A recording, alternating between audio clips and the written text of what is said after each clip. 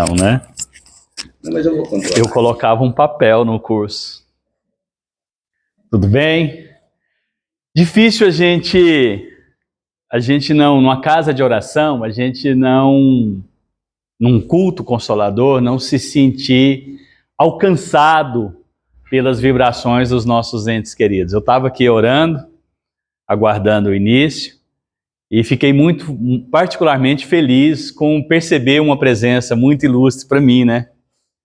Aí é muito gostoso isso. O Davi falou de várias informações relevantes, ele falou, eu queria reforçar duas. É imprescindível o silêncio. Sabe quando você conversa com um colega do lado? A acústica do salão, a conversa chega aqui. É quase como se eu estivesse sentado do teu lado, mesmo que você esteja na primeira fileira, lá do fundo. Então é um momento que a gente precisa segurar a energia e dedicar ela a esse momento, a esse encontro. Como eu falei, se eu não tivesse sintonizado, talvez eu não tivesse percebido essa presença. E só a presença já me satisfaz, já me agrada. Já me deixa particularmente feliz e me deixa emocionado, claro, mas é muito gostoso. A segunda informação muito importante é que tudo dentro dessa estrutura espiritual, dentro dessa estrutura física, é parte do culto. Então, por exemplo, na hora que eu terminar de falar, serão retomadas as músicas. Para muito além das vozes belíssimas, para muito além, porque são vozes, é uma forma de transmitir as canções muito bonita, tem as letras, que são mensagens. Como não parar para refletir numa letra ou numa proposta de texto que fala para eu não esquecer daqueles que continuam aqui? Davi falou, olha, é comum a gente se emocionar, mas é claro, muitos dos nossos entes queridos estão conosco no salão. Eles não estão numa sala, num lugar, não. Para vir até aqui transmitir a mensagem, mesmo aqueles que não transmitem ela hoje, eles vêm, é físico, gente. Vem, abraça, senta, olha, acaricia, passa a mão no cabelo. Então a gente vai percebendo ao longo da reunião essa troca de energia, é uma troca. Então eu tenho que estar nesta plenitude, para que eu possa oferecer e não só receber. A gente tem que aproveitar os momentos. Os momentos, eles são fugidios, são passageiros, são pequenos. Depois que o nosso ente querido retornou ao mundo espiritual, muitos de nós aqui ficamos nos cobrando. Por que eu não aproveitei melhor? E, no entanto, com os que estão conosco, a gente não dedica esse tempo, talvez. A gente lembra do que deixou e fala, nossa, né? Eu sempre falei em relação à minha mãe, muitas vezes em palestra, que eu não deixei de fazer o que eu queria. Eu não me cobro isso. Falar que ama, passar a mão, abraçar, empurrar, isso eu não me cobro. Mostrar que ama, demonstrar amor. Esse negócio de ele já sabe, ela já sabe, não, por que não falar? Por que não fazer o esforço de falar? Né? Isso é importante. Eu trouxe para a gente conversar sobre o poder da oração, sobre o poder da fé, duas das obras básicas que nós, dentro da doutrina espírita, eu sei que aqui não tem só espírita, que nós professamos. O nosso evangelho, a nossa alicerce de estudo, são os textos bíblicos. Novo Testamento, então não tem diferença, inclusive do texto, não tem diferença. Algumas pessoas não sabia que o Espírito estudava a Bíblia. Estuda. Os textos são os bíblicos. E para auxiliar a gente a entender esses textos bíblicos, Allan Kardec buscou, através de mensagens de anjos, que a gente aqui no movimento espírita chama de espíritos, mas são anjos, trabalhadores do Senhor, buscou uma série de mensagens e organizou essas mensagens em livros. 5 livros, chamados de obras básicas da doutrina espírita. Lembra que o alicerce são os textos bíblicos, Velho e Novo Testamento, mais especificamente o Novo. Então surgiram 5 obras dentro desse contexto. E aí, estas obras é que nos auxiliam a estudar esta relação do mundo físico com o mundo espiritual e a entender esta relação. Isso é importante. A primeira obra que nós vamos usar nesta nossa conversa aqui chama-se O Livro dos Espíritos. Qualquer um dos irmãos e das irmãs pode estudar este livro. Esse livro não é um livro para ser lido, ele é um livro para ser estudado. Ele tem 1019 perguntas e respostas, que pode ser lida uma a uma, pode ser analisada para a gente entender, por exemplo, por que desta convicção que nós temos de que a vida não cessa com a morte do corpo físico, de que o nosso ente querido ele continua muito vivo e que eu não devo me referir a ele usando o verbo no passado. Ah, eu o amava. Não, eu amo. Eu amo a minha mãe demais. E junto à minha mãe, eu amo a família que está no mundo espiritual. As minhas avós, os meus avós, primos, prima. Então tem um grupo, tios e tias, meu sogro. Eu não convivi com meu sogro enquanto eu namorava com Eliane. Mas eu convivi com ele, era trabalhador desta casa. Então eu o amo. Eu sinto falta de conversar. Aí é o lado físico, de sentar e de perguntar e de aprender, de ouvir, de ouvir o que ele pensa, o que ele acha. Isso aí eu tenho um pouco de dificuldade. Se eu talvez estivesse melhor sintonizado, eu até ouviria isso com mais clareza. Mas ele continua vivo, continua trabalhador, continua amando, continua cuidando. Então é tempo presente, não é passado.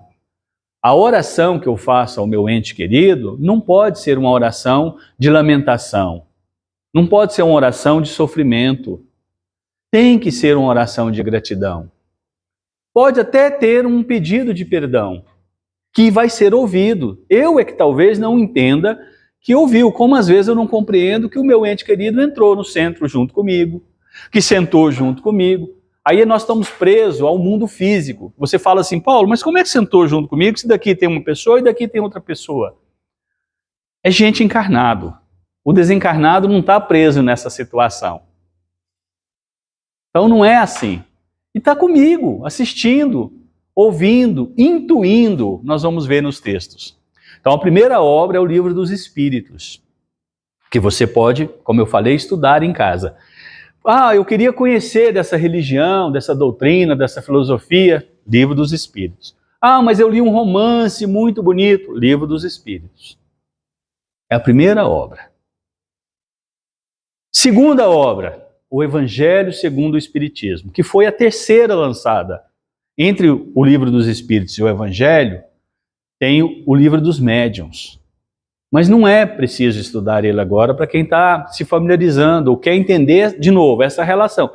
Não é fazer prosélito, não é nossa intenção que você deixe a sua filosofia religiosa, o seu grupo, a sua igreja. Não, siga lá e firme. Siga seu propósito, participe das orações, dos cultos, das missas. Não tem que virar espírita. Nada disso. Dentro do centro espírita você não ouve esse convite incisivo, deixe de ser e venha ser espírita. Não. Todos nós estamos caminhando para um Deus maravilhoso, aprendendo e bebendo da fonte dele, independente da filosofia religiosa.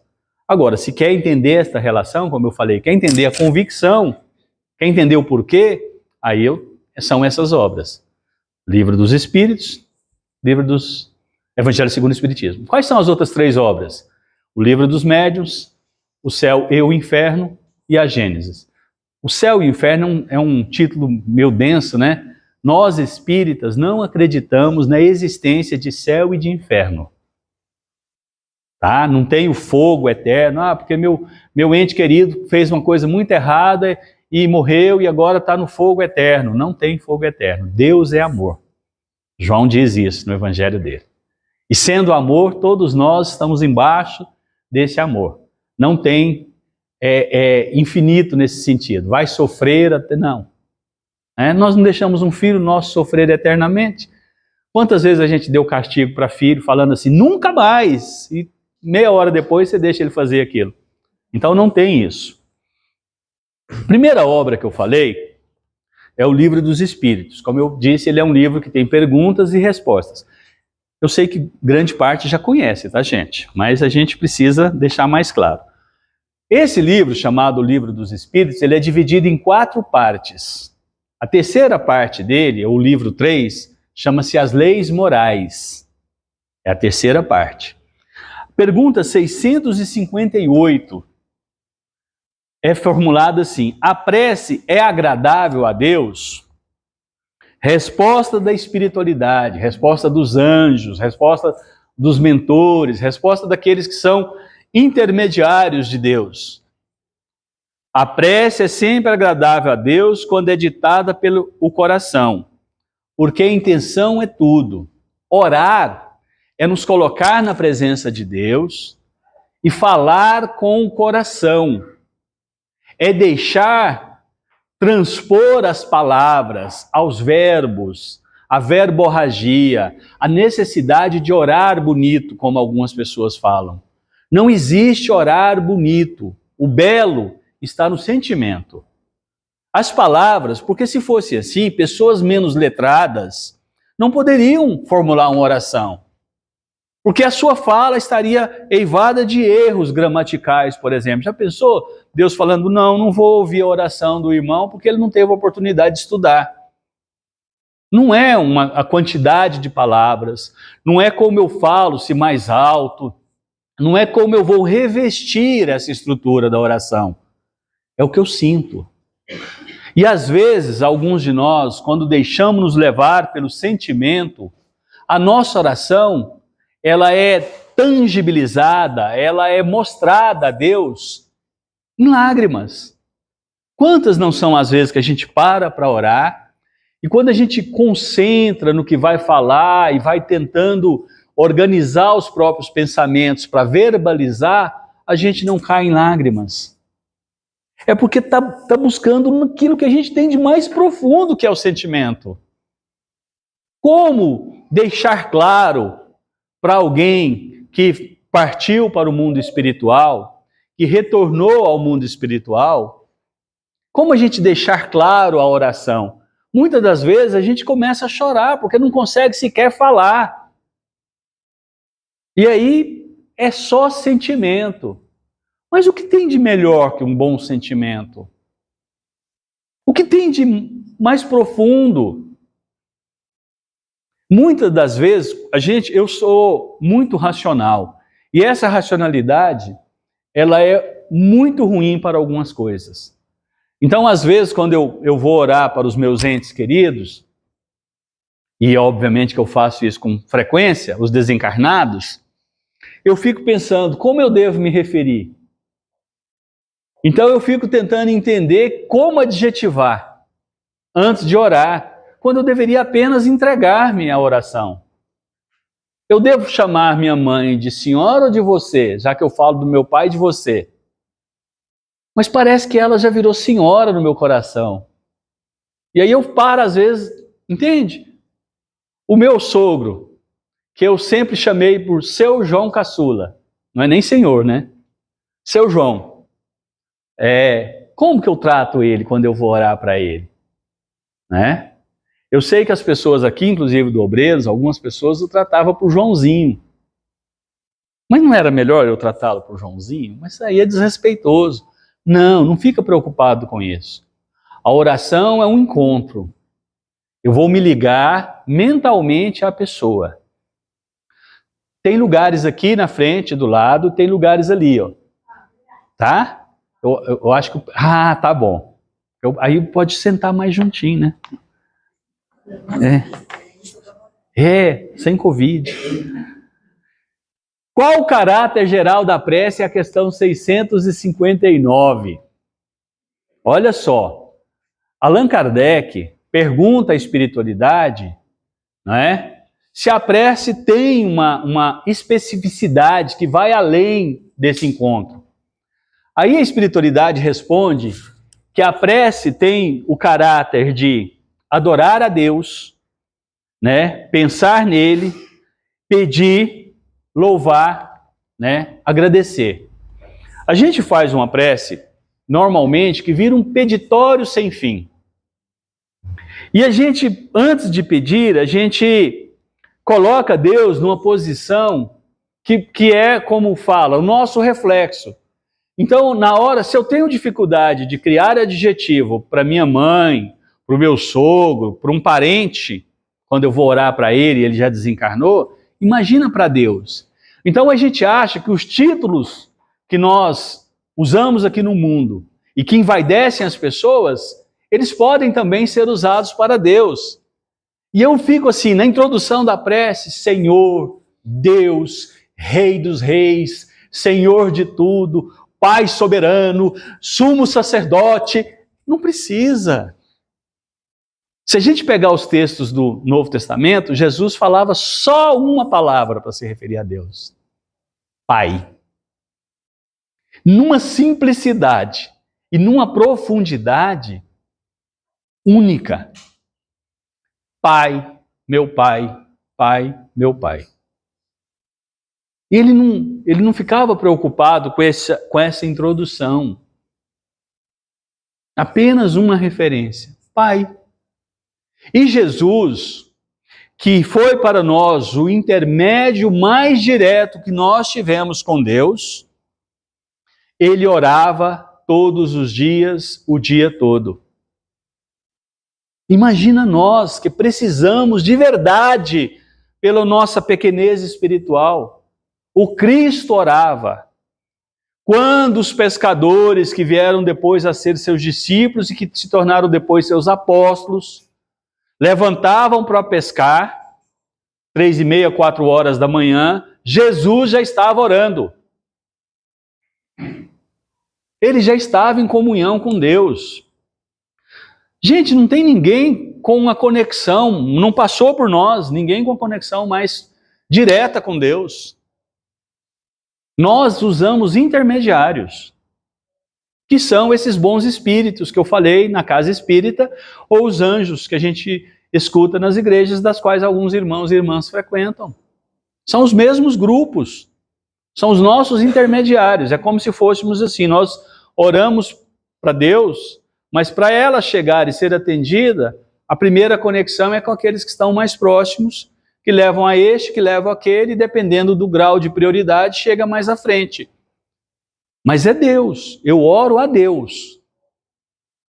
E Deus responde para mim através desses mecanismos. Como Pai e Criador de todos nós. Então a gente às vezes fica preocupado em formular esta oração e não para poder simplesmente entregarmos a Ele, na nossa simplicidade e no nosso meio, no nosso jeito de orar. Daí fica subentendido que não é o volume de palavras, não é a quantidade, não é o tom.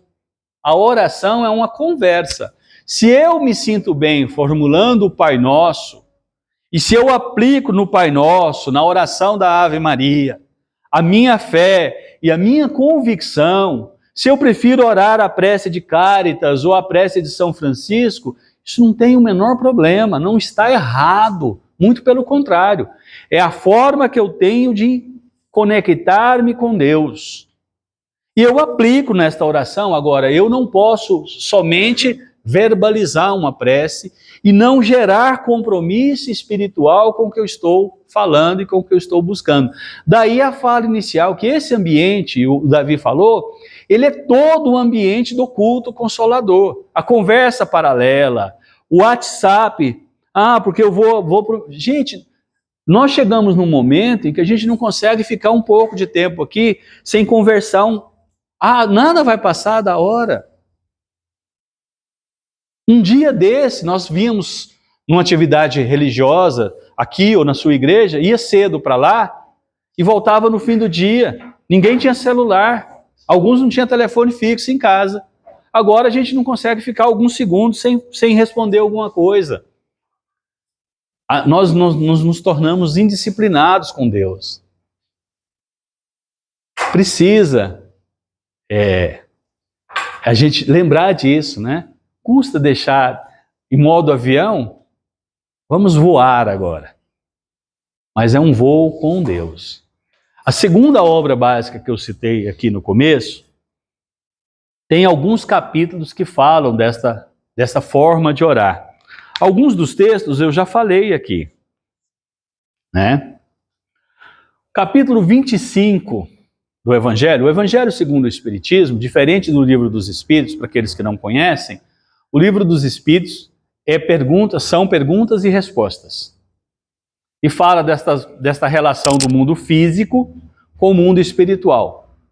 O Evangelho segundo o Espiritismo são os textos de Jesus registrados nos Evangelhos do Novo Testamento, especificamente os sinópticos, Marcos, Mateus, Lucas e João, mas Marcos, Lucas e Mateus e João, as cartas de Paulo, algumas, trazidas e explicadas à luz da doutrina espírita. Então são os textos, você lê aqui, e se você pegar na sua casa a Bíblia, com diferença de tradução, obviamente, alguma coisinha, mas é o mesmo texto. Então esse livro, Evangelho segundo o Espiritismo, ele tem 27 capítulos. O capítulo 25 tem o título de Buscai e Achareis, o 25. E na introdução está assim, ajuda-te e o céu te ajudará. E ele fala da importância de orar. De novo, orar não são palavras, né? Antes de formular, eu sinto. Eu preciso sentir. O texto fala assim, pedi e se vos dará. Buscai e achareis, batei a porta e a porta se vos abrirá. Então Jesus, falando no Sermão do Monte, no livro de Mateus, no capítulo 5, ele para e uma das suas passagens é falando que se eu buscar, eu encontro. E aí ele segue dizendo, por quê? Todo aquele que pede, recebe, quem procura, acha, e se abrirá a porta aquele que bater a porta. Mas como esses verbos acontecem? Buscar, bater e procurar? Não, Como é que isso acontece? Através da oração. Então, essa oração, ela tem que ser sincera, e ela tem que ser profunda, e eu tenho que me colocar numa condição de asepsia, de limpeza espiritual que me permita orar. Eu tenho que estar com boa sintonia. Mais à frente aqui no Evangelho, fala, não adianta eu achar que estando eu espiritualmente mal, do ponto de vista de não buscar a Deus, a oração vai me colocar no caminho. Eu tenho que fazer um esforço individual de me colocar no caminho e orar, ou de orar e me colocar no caminho. Então o nosso ente querido, que desencarna, como nós em algum momento assim também iremos fazer, ele muitas das vezes já tentou falar conosco e muitas das vezes já falou. Já nos convidou reiteradas vezes para o caminho correto, porque chega do mundo espiritual, para muitos a primeira surpresa é de, realmente existe isso aqui. Agora, como está no livro, está no Evangelho, como é que eu vou lá falar para os meus familiares? Na passagem de Lázaro fala isso. Como é que eu vou lá falar, olha gente, contar um negócio para vocês, a vida não acaba com a morte do corpo físico, não, cheguei do lado de cá mesmo. Encontrei fulano, encontrei cicrano, me vi todo enrolado ou enrolada por situação A ou B, e aí está todo mundo aí achando que não é. Então eu queria avisar.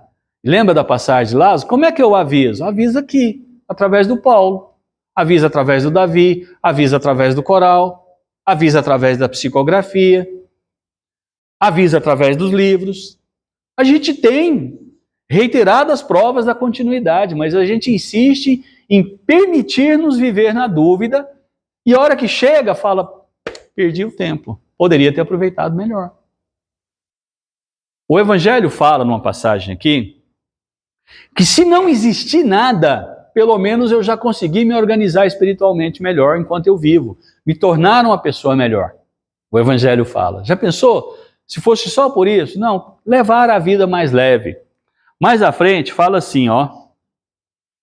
Aí eu mudo de capítulo, tá? Agora é o capítulo 27. Qualidades da prece. Quando orardes, Jesus fala, né? Isso tá lá no livro de Mateus também, no Sermão do Monte. Não vos assemelheis aos hipócritas, que se comprazem orar de pé para serem vistos pelos homens. Quando eu e minha esposa, a gente está assistindo Os Escolhidos, né, The Chosen, na Netflix, e a gente vê isso, fica muito claro, né? A preocupação de alguns religiosos daquela época, judeus, né, fariseus especificamente, saduceus também, de orar de pé nas praças, no meio do povo. O Evangelho de Jesus é tão claro quanto a isso. A oração não é uma ação que deva ganhar publicidade do ponto de vista de mostrar, olha como eu oro, olha as palavras que eu escolho, olha o verbo que eu escolho, né? Nossa, eu gosto quando o fulano ora, porque ele ora. Não é isso, não é essa a intenção. Quando a gente ouve uma oração, por exemplo, de Divaldo Franco, seja ele falando, seja falando através dele os bons espíritos, né? Joana de Ângeles, Bezerra, não existe uma preocupação com o verbo. Aí você fala, mas as preces são lindas. Claro, mas não sai coisa ruim de local bom. Vai sair, né, boas árvores, bons frutos. É claro com a oração de um Divaldo, é claro com a oração de um Haroldo, quando a gente busca a prece, a gente mergulha num universo de bondade, de amor. Então, se eu vou entregar uma boa oração, não deve ser pela preocupação de causar impressão, mas de aproveitar qualquer momento para conversar com Deus. Orar é uma proposta de conversa, né? Então existe uma historinha antiquíssima, que a gente já ouviu, eu já ouvi como partícipe aqui do centro, né? Muitas vezes, já tive a oportunidade de falar, de um senhorzinho que entrava numa igreja todo dia, ia lá na frente, né? Olhava e saía. Entrava, ia lá na frente, olhava e saía. E o líder daquele grupo, preocupado com os objetos de valor que tinha lá, pensou, mas eu vou, né? Essa pessoa deve estar olhando alguma coisa para depois vir aqui e subtrair algo de valor. Aí resolveu interpelar. Ele falou, olha, eu não sei orar. Então eu chego aqui todo dia e falo, oi Jesus, eu sou o Zé. E vou embora. Aí conta a história de que esse senhor estava hospitalizado e já no ocaso da sua vida física, ele tinha uma felicidade, mesmo, né, deixando o corpo físico pelo sofrimento físico, e do lado da cama dele tinha uma cadeira, e a enfermeira veio para poder tirar a cadeira e falou, não, deixa a cadeira. Ele falou, mas com pena dele, falou, o senhor não recebe visita, ninguém vem te visitar. Ele falou, não, todo dia. Ele, como? Todo dia chega aqui, fala, senta aqui, fala, oi Zé, eu sou Jesus. E vai embora. A gente não precisa de quantidade de palavras, né? E tem que tomar muito cuidado com o que a gente está fazendo. Não afeteis orar muito. Isso ainda é o texto de Mateus, tá, gente? Não afeteis orar muito em vossas preces, como faz os gentios. Então ele fala primeiro dos hipócritas, depois ele fala dos gentios. Porque eram hábitos, né? O judaísmo tem muito isso. Nós, cristãos, a nossa origem religiosa é o judaísmo.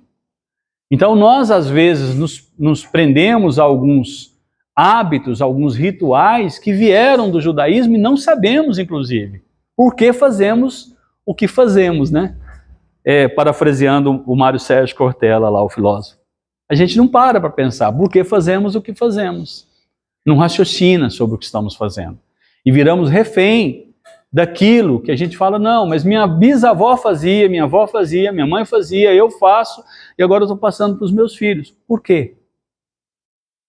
Então precisa, às vezes, parar para analisar, né?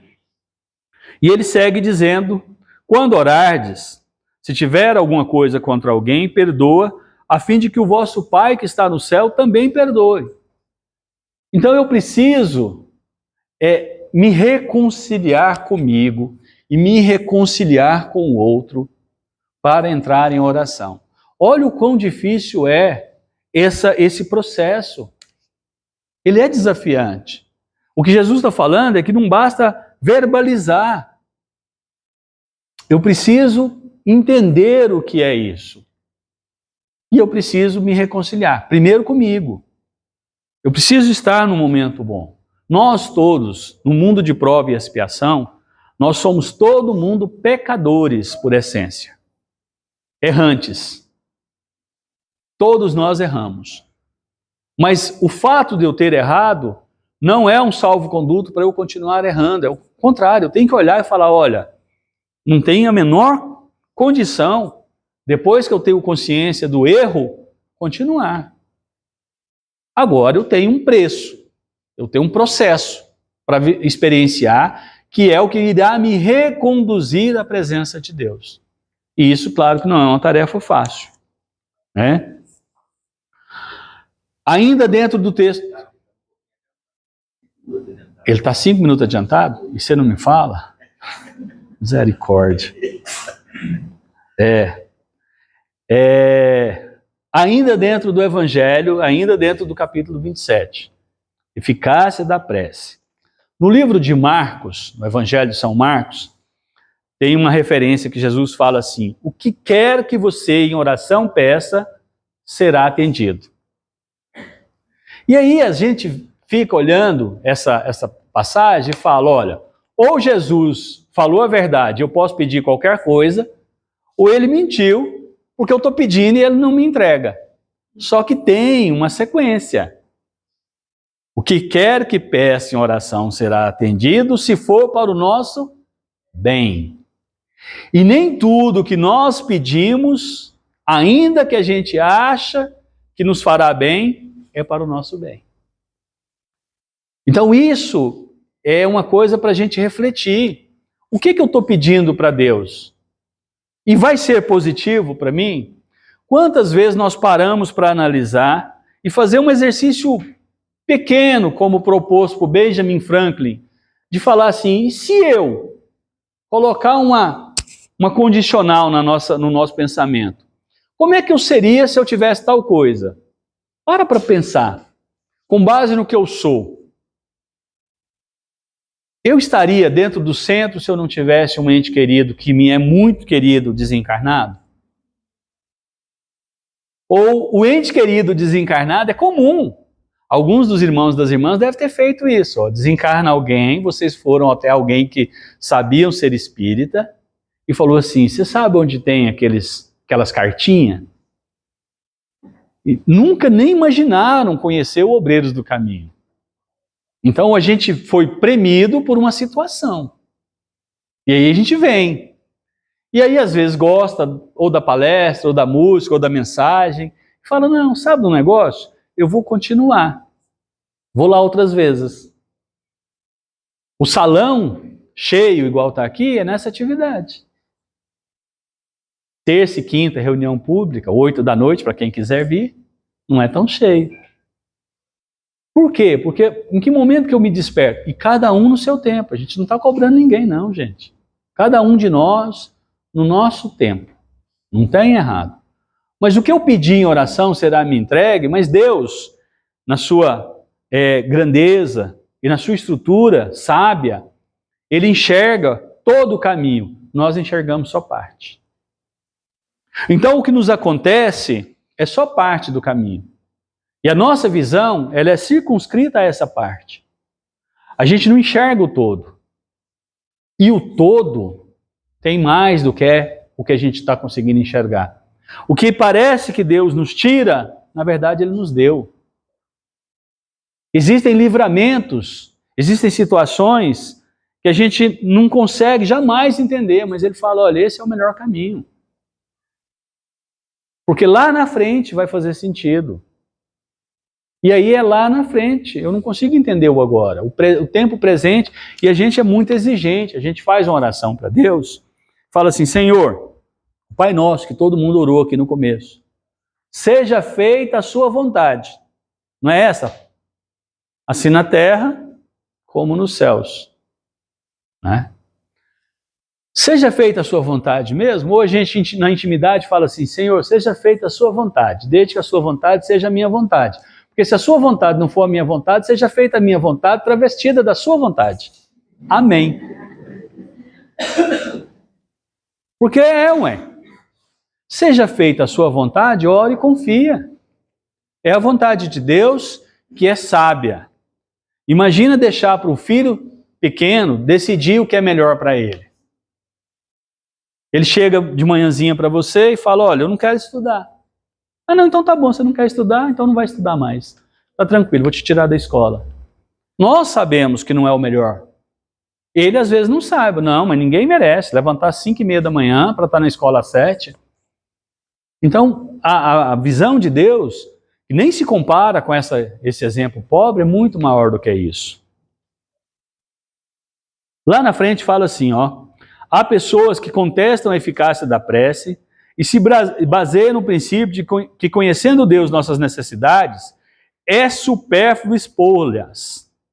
Acrescentam ainda que tudo se encadeando no universo por leis eternas, nosso desejo não pode mudar os decretos de Deus. Deus sabe das nossas necessidades, minhas irmãs e meus irmãos.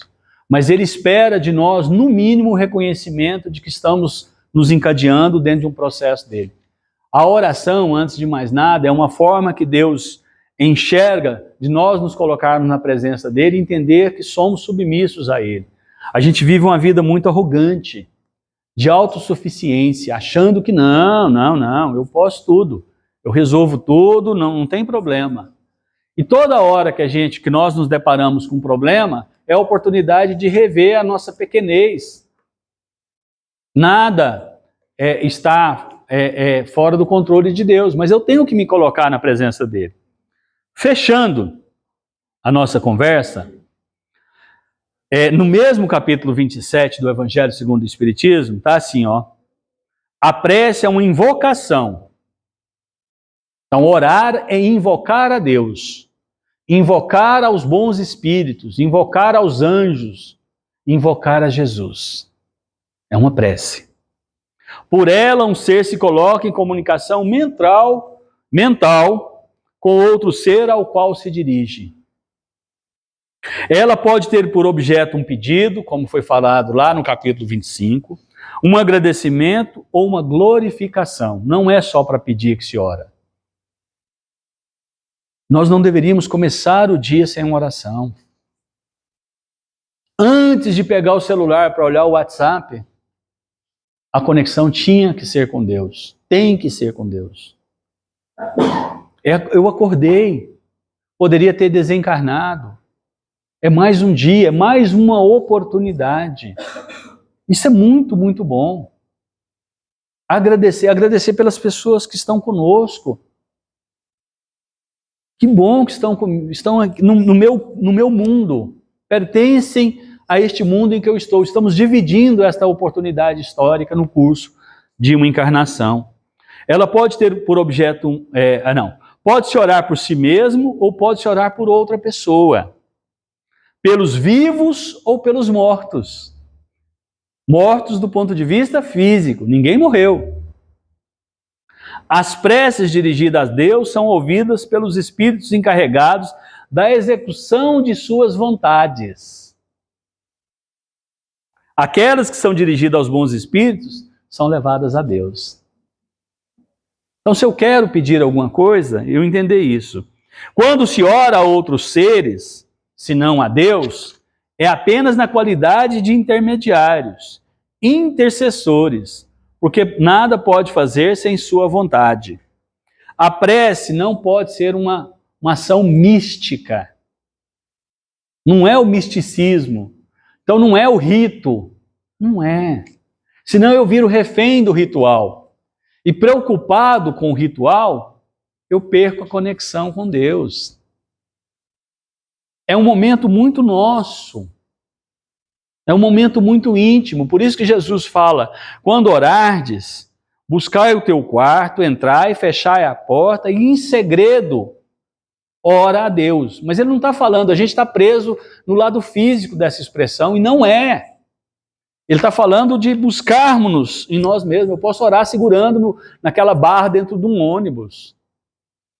Eu posso orar aqui. Por quê? Porque é a introspecção da oração.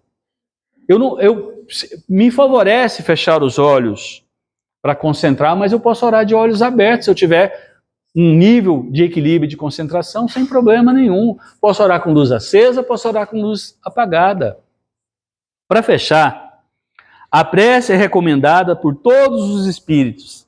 Renunciar à prece é desconhecer a bondade de Deus, é renunciar para si mesmo à sua assistência e para os outros ao bem que se lhes pode fazer. Então, quando eu oro para mim e eu oro para os outros. Então, dentro de uma atividade dessa, de um culto consolador, é a oportunidade que eu tenho de falar com os meus entes queridos. E eu falo em oração, ela pode ser verbalizada. Então, alguns de nós, a gente acha que para poder orar tem que falar e tem que ter som. Amém, tá certo. Outros de nós têm convicção de que basta pensar. Amém também. Também está certo. A mensagem vai chegar. Então a proposta, terminando a nossa conversa sobre oração, é que nós possamos aproveitar os próximos minutos, as próximas horas. Quem sentir, Paulo, eu vou precisar ir no banheiro, vai caladinho. Vou precisar tomar uma água. Vou aproveitar que eu vou tomar uma água no banheiro e dar uma olhada no celular. Vai caladinho, volta caladinho, senta caladinho. E quando for orar para o teu ente querido, lembra do que eu falei no começo. A maioria estão aqui conosco. Vieram assistir essa reunião. Alguns foram trazidos. Significa que não tem, às vezes, por uma série de razões, consciência exatamente, para vir sozinho, mas vieram. Não preocupa com o mecanismo que veio, não. Tá? Mas vieram. Outros trouxeram você, nos trouxeram. Durante a semana, foi lá e falou assim, vai no centro, pergunta o fulano. E a gente, mas engraçado, né? Tive uma ideia. Estava lá em casa tranquilo, eu estou dentro dos 5 minutos. Estava lá em casa tranquilo, do relógio atrasado. Estava lá em casa tranquilo e tive uma ideia. Sabe o que eu estou pensando? Pensei em ir no centro. E não sabe, a gente ainda não tem. Depois, com o tempo de estudo, a maioria de nós espíritas, a gente consegue identificar quando é nosso e quando é de fora. Sabia disso? Estuda com a gente. A gente consegue. A gente, quando ainda não é, mistura tudo, as estações. Tive uma ideia. Qual ideia? Não, ir no centro. Ir no centro? É, no centro. Centro espírita. Ah, nem. Não, eu vou lá. Vamos ver o que vira. É o nosso ente querido. Então eles ficam felizes, vocês vão ver em algumas das mensagens, ficam felizes que a gente veio. A felicidade deles é porque veio. Não é nem porque vai conseguir mandar a mensagem. Às vezes a mensagem, no fim aqui, a equipe vai ler e vai falar, estavam presentes, fulano. É porque ainda não é o momento da transmissão da mensagem. E a gente até fica frustrado, fala, mas não é o momento. A mensagem obedece uma série de critérios para ela chegar para nós. Então, já que às vezes nem todo mundo eu vou conseguir obter uma mensagem de lá para cá, por que não mandar a minha mensagem daqui para lá? Eu já falei isso em outras palestras no Culto Consolador. Por que não aproveitar essa oração e falar assim, bom, vou fazer um teste, vou conversar com essa pessoa. Conversa como eu falei, conversa em tempo presente, em primeira pessoa. Fala, olha, eu queria te falar, eu queria pedir perdão, eu queria liberar o perdão, eu queria falar que eu te amo, eu queria falar que eu estou com saudade, eu queria falar que eu sinto falta, mas que eu estou levando a vida, porque uma das coisas que os que nos deixaram, né, aspas nessa palavra, eles esperam que a gente siga a vida, gente. Essa lamúria, esse choro, essa dor sem controle, para eles também é muito doído. Eles também estão se organizando, tentando se refazer. Porque a vida perdeu sentido sem você. Não pense isso. Não pense em tirar a vida, porque você não encontra quem desencarnou tirando a vida, não. São caminhos muito díspares. Tem nada a ver uma coisa com a outra. Isso só é bonito em romance. Porque morreu de mão dada, cada um para um canto. Por quê? Porque espiritualmente estão os dois em alto desequilíbrio. Então, para que nós estejamos com os nossos, é preciso equilibrar, é preciso buscar em Deus, é preciso ter fé, é preciso confiar que as coisas acontecem na hora certa. Então a oração é a oportunidade, não é só de falar com Deus e com os bons espíritos, é de falar com os meus. E falar, olha, que bom que estamos aqui nesta casa de oração. Que bom que nós teremos a oportunidade de nos reencontrar numa mensagem. E que bom que a minha convicção de que a vida não termina com a morte do corpo físico está provada e nós continuamos a nos falar. Então, para estes nossos irmãos desencarnados, as melhores vibrações e a melhor oração. Que Deus nos abençoe, que tenhamos um sábado pleno, uma manhã abençoada, na presença desse Deus maravilhoso. E que Ele continue conosco e com os nossos, que, como eu falei, muitos deles estão aqui. Que Jesus nos abençoe.